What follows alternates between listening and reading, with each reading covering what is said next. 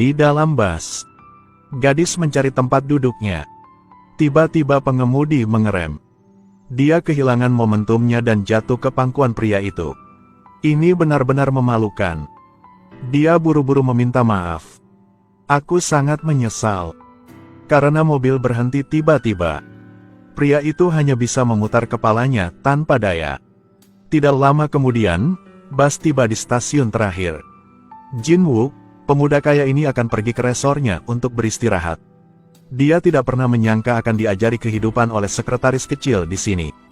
Ternyata belum lama ini, Jin-wook pergi ke bar dan mencium seorang selebriti. Tanpa diduga, itu dicuri oleh paparazzi, menyebabkan saham perusahaan anjlok. Untuk memberinya pelajaran, ayah Jin-wook memutuskan untuk mengirimnya ke resor sebagai pekerja pengalaman hidup. Sejak kecil, dia senang makan dan berpakaian, jadi tentu saja dia tidak bisa menerima ini. Berteriak keras dan buang seragam pelayan. Tapi detik berikutnya, hidup telah menamparkan wajahnya, meskipun dia mengenakan seragam staf hotel. Namun hal itu tetap tidak mempengaruhi aura tampannya. Jin-wook mendorong semua pekerjaan kepada orang lain. Dan dia santai duduk di bawah sinar matahari. Bahkan ada staf wanita yang manis memuji. Tuan muda datang untuk mengalami hidup. Kamu ingin minum kopi? Atau jus buah? Jus buah segar. Ya. Tak lama kemudian, Yomi pun pergi ke resort untuk menghadiri pernikahan ibunya. Siapa yang baru saja berjalan ke pintu? Ibunya mengkritik penampilan tua Yomi yang seperti pedesaan. Kemudian beritahu staf untuk merias wajah cantik untuk putrinya. Ganti juga dengan pakaian ungu muda yang seksi.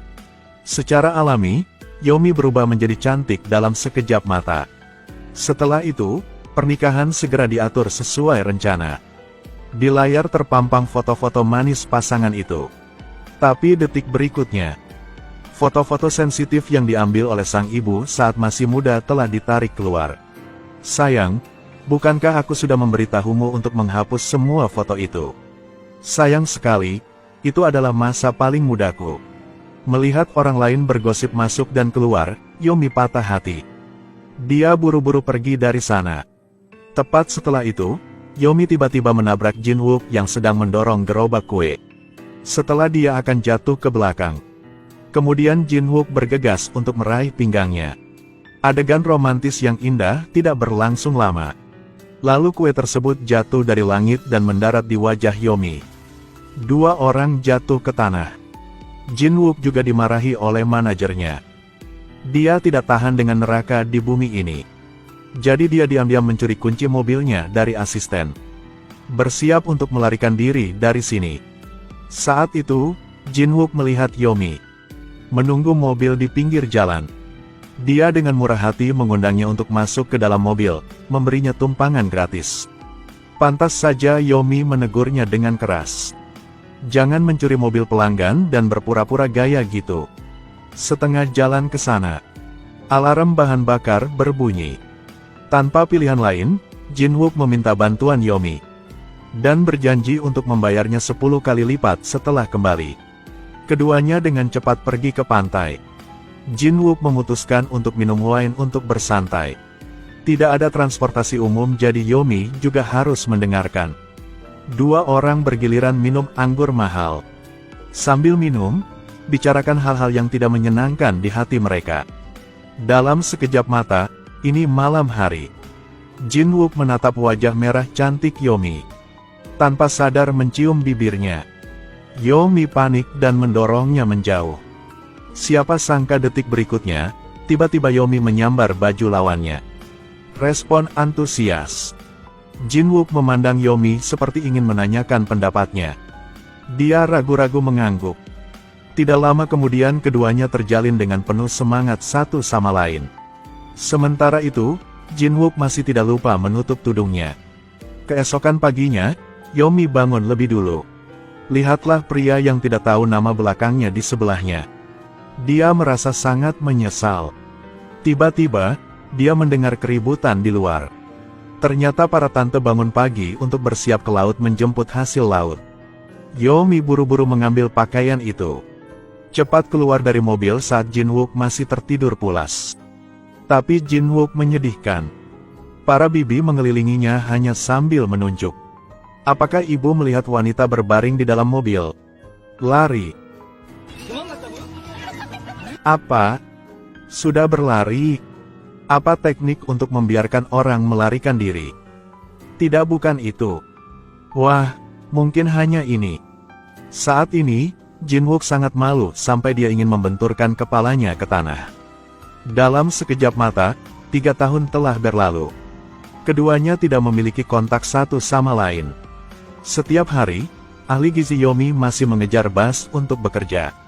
Dan Jin Wook dari seorang remaja yang menyebabkan masalah, menjadi sutradara dewasa yang kaya.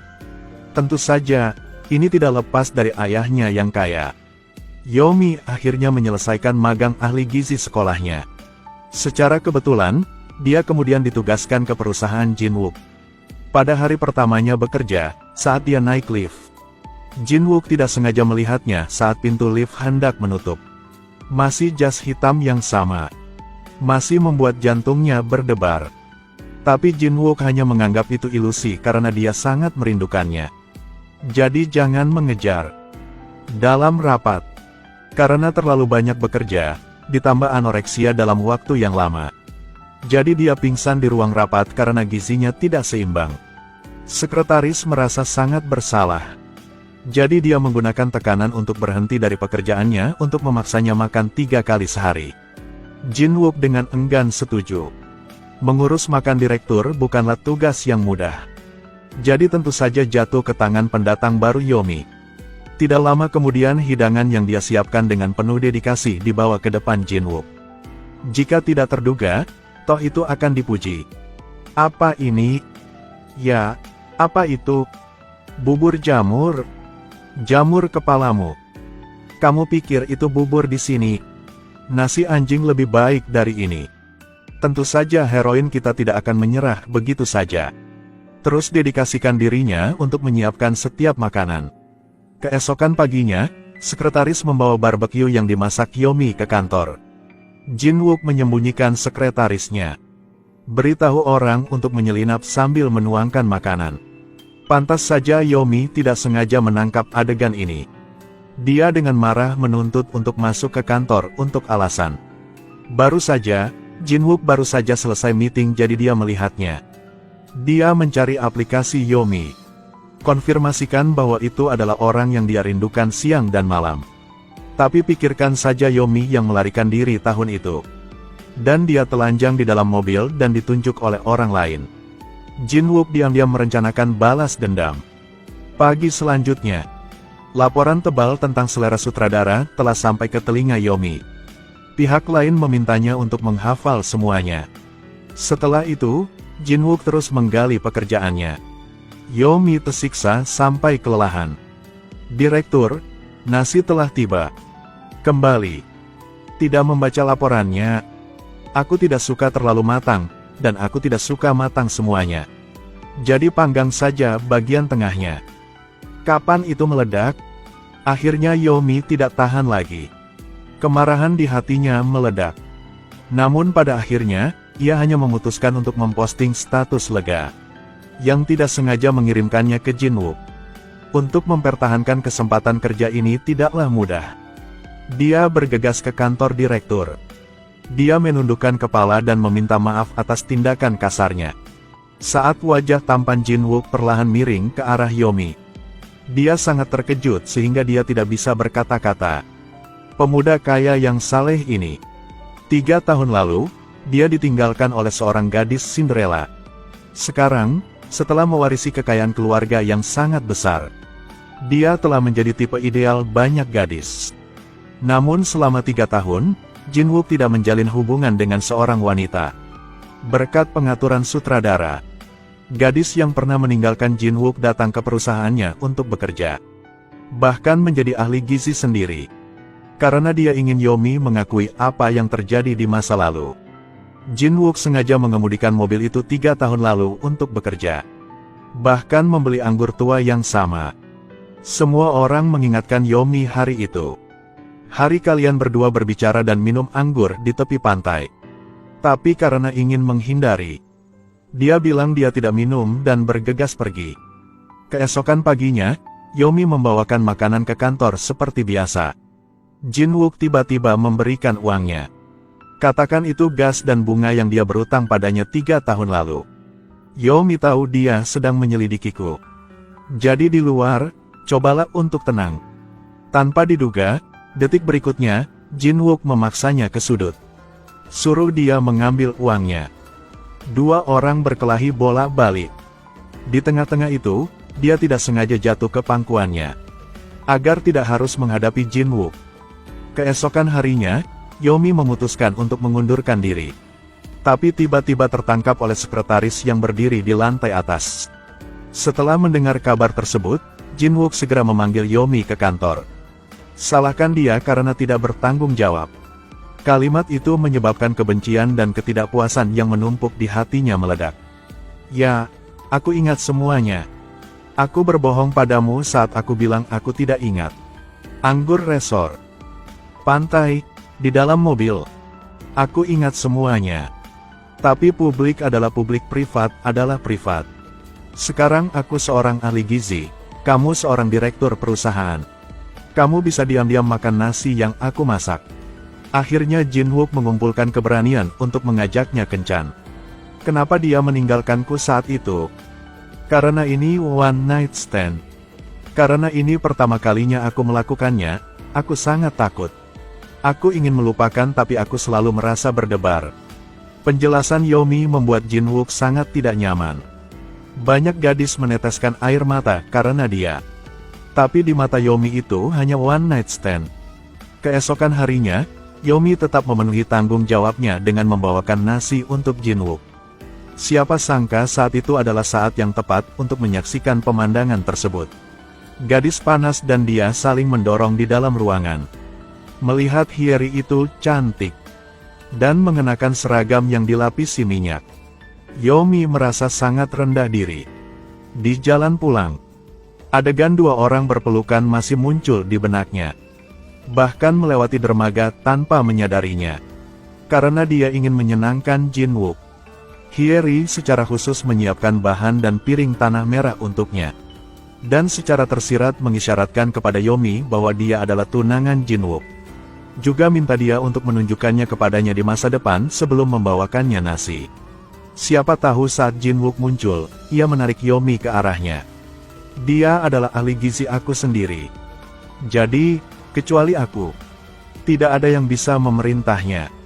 Di akhir pekan, Jin Wook memanggil Yomi ke rumahnya untuk memasak nasi. Tapi ibunya tidak ada di rumah. Dia tidak punya pilihan selain pergi bersama kakaknya ke rumah Jin Wook. Saat menyiapkan bahan, Yomi tiba-tiba mendengar suara furnitur berjatuhan. Dia buru-buru berlari ke lantai inspeksi. Ternyata, sang adik menjatuhkan kotak yang diukir dengan cermat di atas meja. Yomi khawatir dimarahi Jin Wook. Segera menghabiskan salad dan pergi. Saat sampai di rumah, Jin Wook menyadari bahwa seseorang telah menyentuh kotaknya. Di dalamnya ada bukti dari one night stand mereka 3 tahun lalu. Tambalan dada yang dijatuhkan Yomi. Dia membayangkan bahwa dia akan berpikir dia cabul. Sangat marah di hatiku. Setelah itu, Jin Wook langsung meluncur ke rumah Yomi. Dengan keras bertanya apakah dia pergi ke ruang tamu dan membuka kotak itu. Saat ini, Yomi masih memikirkan bagian dalam kotak yang diukir dengan cermat itu. Ini adalah perhiasan yang penting. Samar-samar melihat ukurannya yang kecil. Jika memakainya, lehernya akan sakit. Apa yang memakainya? Karena semakin besar semakin baik. Lebih besar lebih baik. Seorang gadis yang berani mengatakan apapun. Sementara keduanya berdebat. Sahabat masa kecil Yomi tiba-tiba muncul. Tanpa berkata apa-apa, tarik Yomi ke arahku. Melihat 2 orang berpelukan. Jin Wook hanya berdiri di sana dengan mata terbuka lebar. Setelah pulang, dia sangat tenggelam di masa lalu. Sangat sedih di hatinya. Pagi berikutnya ketika datang ke perusahaan, Yomi terus membawakan makanan untuk sutradara. Jin Wook bertanya siapa pria tadi malam. Apakah kalian berdua bersama? Tapi Yomi menggunakan alasan pribadi dan menolak untuk menjawabnya. Kemudian Jin Wook mulai meremehkan sahabatnya. Baru melihatnya sudah dia adalah orang tak baik. Hyun Tae adalah pria tampan yang dikenal banyak orang. Selain itu, ini sangat psikologis. Benar-benar berbeda dari sikap dingin orang lain. Kalimat itu membuat pria idaman di mata setiap wanita seperti Jin Wook. Dia sangat marah sehingga tekanan darah hampir turun. Malam itu, Yomi hendak pulang kerja. Dia akan berjalan-jalan dengan Hyun Tae di tepi sungai. Pantas saja Jin Wook menguping. Untuk merusak kencanmu. Ia sengaja meminta Yomi untuk segera menyiapkan makan malam untuknya. Juga menggunakan buku baru Hyun Tae sebagai alas pot tepat di depan Yomi. Setelah menancapkan leher dan memakan 3 bungkus mie, Jin Wook masih tidak lupa menggoda Yomi sekali. Jaraknya begitu dekat sehingga Yomi mulai cegukan lagi. Dia ingat setiap kali kalian berdua menggoda. Yomi memiliki reaksi yang sama. Tanya saja. Itu, begitu saja bagiku, bukan? Ada apa, kamu jatuh cinta padaku? Dia panik dan cepat pergi. Keesokan harinya, saat Yomi melihat menu dengan bingung. Tiba-tiba dia mendapat telepon dari sekretaris Yang.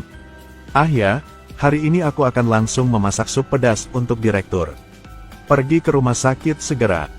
Mengapa harus pergi ke rumah sakit? Direktur? Ternyata Jin Wook kehilangan anoreksianya. Kemarin habis makan 3 bungkus mie. Segeralah bergegas untuk meminum obat pencernaan tersebut. Namun pada akhirnya tetap harus ke rumah sakit untuk berobat. Yomi merasa sangat menyesal. Mengambil kesempatan itu, Jin Wook mengajaknya kencan. Apakah kamu tidak berkencan dengan kekasihmu hari ini? Bukan kekasih, hanya teman biasa. Menjadi sahabat terbaik dari kecil hingga dewasa. Kami juga tidak tinggal bersama. Jawabannya membuat Jin Wook merasa bahagia di dalam. Tidak lama kemudian, dia tertidur. Yomi selalu di sisinya merawatnya. Melihat kekasih impianku. Lemah ini. Pada akhirnya, dia tidak bisa menahan ciuman di bibir Jin Wook. Setelah dia bangun, dia memiliki perasaan samar bahwa Yomi menciumnya tadi malam. Tapi tidak ada bukti. Dan menganggap itu hanya mimpi. Berdiri di sana, Yomi membawakan sarapan. Jin Wook berkata Yomi harus bertanggung jawab atas penyakitnya. Jika merasa bersalah, kalau begitu mari kita makan 10 kali dengannya. Mereka berdua pergi tepat waktu di malam hari. Tak heran jika berbelok ke kanan. Jin Wook sengaja mengerem.